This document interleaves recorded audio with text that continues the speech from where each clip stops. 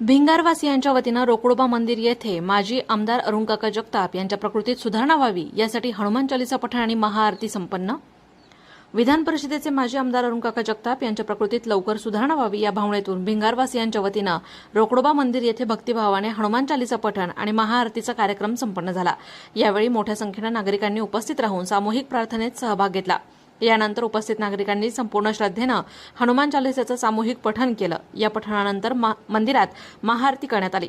जय हनुमान ज्ञान गुणसागरच्या जयघोषात वातावरण भक्तिमय झालं होतं। यावेळी बोलताना संजय सपकाळ म्हणाले की अरुणकाका जगताप हे जनतेच्या मनात घर करून बसलेले लोकनेते आहेत।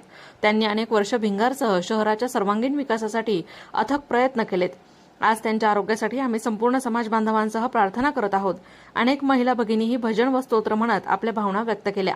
महाआरतीनंतर सामूहिक प्रार्थना करत काकांच्या आरोग्यासाठी हनुमानजींच्या चरणी साकडं घालण्यात आलं।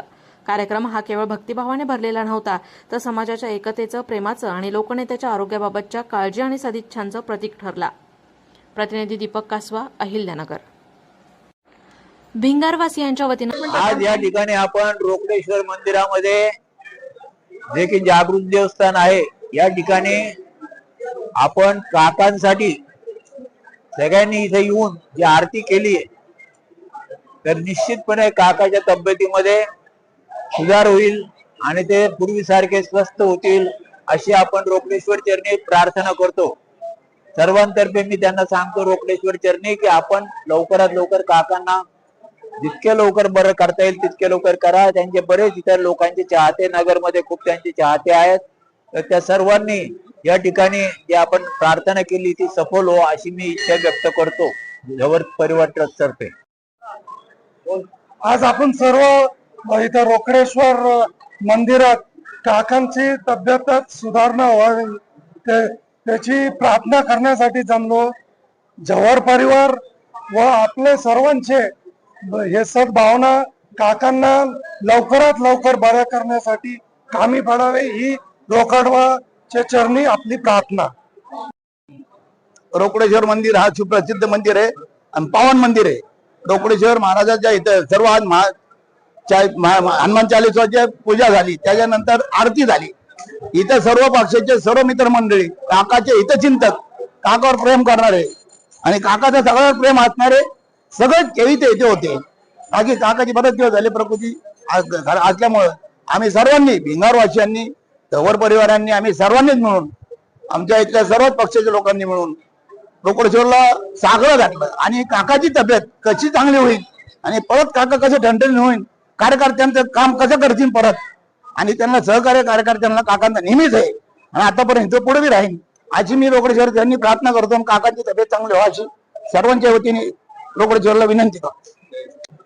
रोकडेश्वर हनुमान चरणी मी प्रार्थना करतो की आपले लाडके काका हे अस्वस्थ आहेत, त्यांना शीघ्र स्वास्थ्य लाभ व्हावा आणि ते पूर्ववत कामात परत मग्न व्हावे ही रोकडेश्वरच्या चरणी मी प्रार्थना करतो। जव्हार परिवार, भिंगारवाला परिवार, रोकडेश्वर संपूर्ण मंडळ तर्फे शीघ्र स्वास्थ्य लाभासाठी पुनश्च एकदा प्रार्थना। आज रोकडेश्वर हनुमान चरणी समस्त भिंगारचे सर्व नागरिक, नगरमधील प्रतिष्ठित नागरिक, काकांवर जे प्रेम करणारे सर्व त्याचे हितचिंतक या ठिकाणी रोकडेश्वर चरणी हनुमान चालीसाचं पठण करून महाआरती करण्यात आलेली आहे। खरं तर काकांचं भिंगारवर असलेलं प्रेम, त्यांच्या जिव्हाळ्याचे संबंध आणि कितीतरी कुटुंब काकांनी या भिंगारमध्ये उभे केलेले आहेत। सर्वांना काका हवेसे आहेत।